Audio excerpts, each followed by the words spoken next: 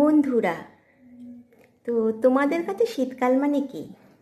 তো আমার কাছে কিন্তু শীতকাল মানে হচ্ছে বেশ মিঠে করা রোদে পিঠ দিয়ে বসে থাকবো দুপুরবেলায়। আর শীত মানেই হচ্ছে গরম জামা কাপড় পরে একটু বাইরে ঘুরতে যাওয়া ছুটির দিনে। তারপরে শীত মানেই হলো রান্নাঘর থেকে বেশ পিঠে পুলির গন্ধ ভেসে আসবে। আহা, কি মজা! আর নলেন গুড় শীতকালের হচ্ছে সব থেকে ফেভারিট। নলেন গুড়, নলেন গুড়ে যা কিছু খাও, রুটি দিয়ে খাও বা পিঠে পায়েস করো, হ্যাঁ, আর মিষ্টি তো বটেই। আর হচ্ছে শীত মানে হচ্ছে জয়নগরের মোয়া, আর নলেন গুড়ের সন্দেশ তো আছেই। তো যে জন্যে বলা, আমি একটু আগে বাজার গেছিলাম বন্ধুরা। তো মিষ্টির দোকানের সামনে দাঁড়িয়ে পড়লাম, দেখলাম জয়নগরের মোয়া বেশ ভালোই এসেছে। তো তো নিয়ে চলে এলাম। তো দেখো কি আনলাম বাজার থেকে। এই দেখ, জয়নগরের মোয়া, আর আনলাম এই সন্দেশ। এটাও অবশ্যই নলেন গুড়ের সন্দেশ। তো আমি কিন্তু খুব মিষ্টি খেতে ভালোবাসি।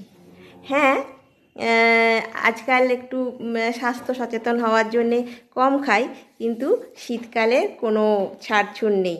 রসগোল্লা তো আছেই, তো রসগোল্লাটা নিলাম না, বাড়িতে রয়েছে বলে। আর এই হলো আমার শীতকাল মানে আমার উপলব্ধি। আমার হচ্ছে এইটাই হচ্ছে মজা। তবে শীতকাল মানে কিন্তু সকালবেলা ওটা খুব কষ্টকর বন্ধুরা, কি বলবো। মানে বিছানা থেকে উঠতে ইচ্ছা করে না, কম্বল ছেড়ে উঠতে ইচ্ছা করে না। সে একটা যুদ্ধ যেন মনে হয় আমার কাছে, যে সকালবেলায় উঠতে হবে, উঠে সমস্ত কিছু কাজকর্ম করতে হবে। যাই হোক, তো এই সব কিছু মিলিয়ে শীতকাল মোটামুটি ভালোই, মানে আনন্দ করা যায়। তারপরে সামনে আবার ক্রিসমাস, তার জন্য আবার ছুটি, সবাই বাইরে ঘুরতে যাবে, কিংবা কেউ চার্চে যাবে বড়দিনে। আমাদের এখানেও খুব সুন্দরভাবে সাজানো হয় শ্রীরামপুর শহরটাকে। তো ঠিক আছে বন্ধুরা, চুটিয়ে উপভোগ করো এই ঠান্ডাটা, কিছুদিনের জন্যই যদিও থাকবে, আবার তো সারা বছরই গরম। তো এই ছোট্ট এই ভিডিওটা তোমাদের জন্য করলাম। কেমন লাগলো বলো।